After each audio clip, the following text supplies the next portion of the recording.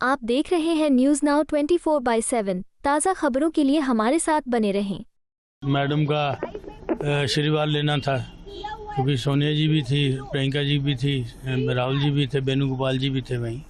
उनका आशीर्वाद लेना था इसलिए आए। उनकी तरफ से जाकि जैसे हम्बल आप हो ऐसे ही हम्बल रहना है आगे के लिए भी। कोई घमंड नहीं करना कि आप एमपी हो गए हो। तो ये निर्देश है उनके तरफ से और मैं उन निर्देश का पालन करूँगा।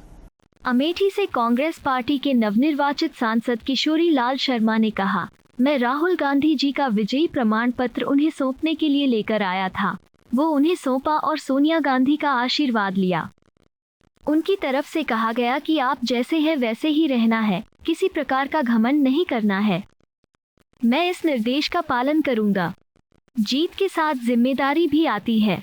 तो ये था कि राहुल जी का सर्टिफिकेट लेके आया था मैं कल, तो वो उनको सौंपना था, वो सौंपा और उसके बाद फिर मैडम का आशीर्वाद लेना था क्योंकि सोनिया जी भी थी, प्रियंका जी भी थी, राहुल जी भी थे, वेणुगोपाल जी भी थे वहीं।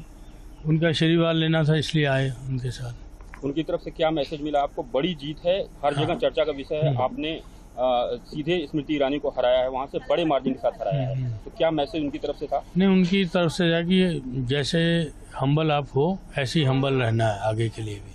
कोई घमंड नहीं करना कि आप एमपी हो गए हो। तो ये निर्देश है उनके तरफ से और मैं उन निर्देश का पालन करूँगा।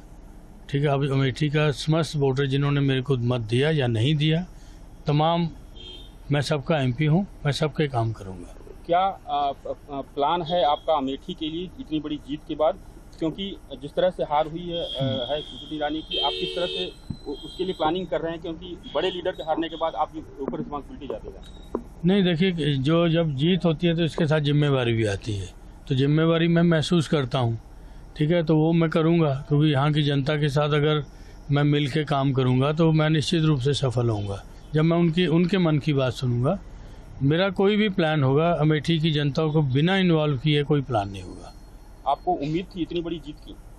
नहीं, जीतने की उम्मीद थी, लेकिन मतलब कि ग्रेजुअली इतनी बड़ा हो गया, ठीक है, क्योंकि 13-14 राउंड के बाद मेरे को लगा कि ये 1.5 पार कर जाएगा, ठीक है, क्योंकि हर राउंड में हम कोई राउंड नहीं हारे, ठीक है, तो उससे लग रहा था कि जीत जाएंगे क्योंकि मैं इलेक्शनिंग ही कराता हूँ, ठीक है, तो फिर मेरे को ये था कि हो जाएगा काम।